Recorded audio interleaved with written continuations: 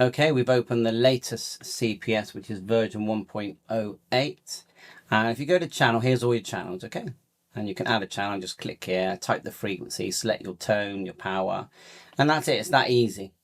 Now, if you move across to zones, here are our zones that we created, whether it's on the radio or on the software. And you can see if we click each one, I'm just going to make sure you can see what I'm doing here. You never know with the software. You can. Right. I've named them. And we can name one here, look, at the bottom, Zone 9, which they're all pre-named. Let's call it military, even though I don't know any military frequencies. And then to add channels into military, we can only select from the list that's in the middle here. So these are all the channels that you've ever created. So if I just randomly choose 2, okay, in military, we're going to choose 2, and we're going to send them across. I know there isn't a very clear right-hand arrow. So we now know that if we're in military zone, we've got 2 channels in that zone. If we go up to the top here, we've got all these channels in that zone. So each zone that you select, you decide what's in them. Like ham has got nothing in there at the moment. Let's just put 1 in there. And this will display identically on the radio. And that's it, really. That's how you do zones. Now, many have asked me, well, how do I rename the HF sort of frequencies? When you press that button and it goes into radio mode here.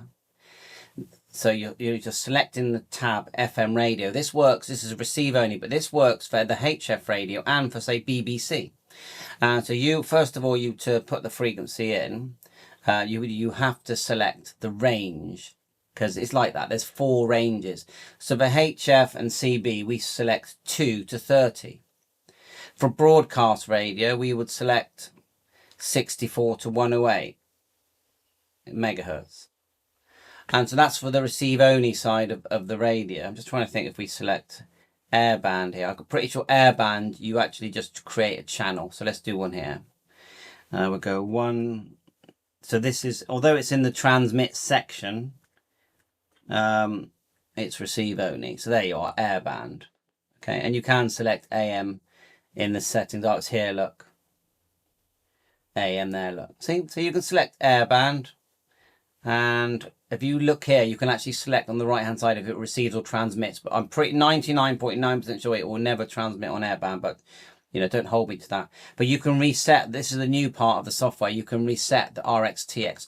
By default, the previous CPS by default didn't allow you to receive and transmit. You had to go in and change it, but it looks like with version 1.08 they have changed it back to what it should be, you know.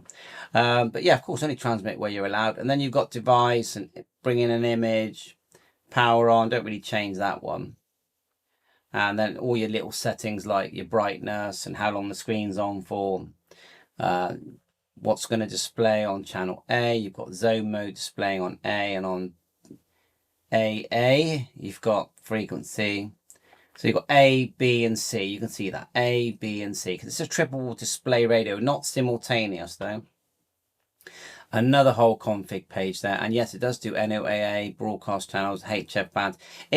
I still say it. I still say it. It's the best radio, the best budget radio ever made. I still think that. But that's just my opinion. It's really hot here. That's why I'm sweating.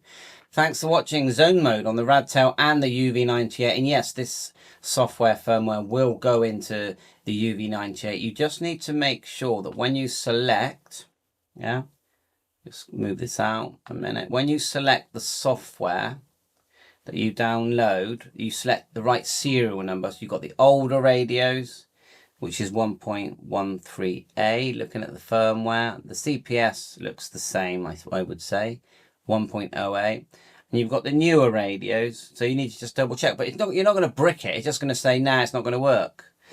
And that's showing us 1.13 as well, but not with the A.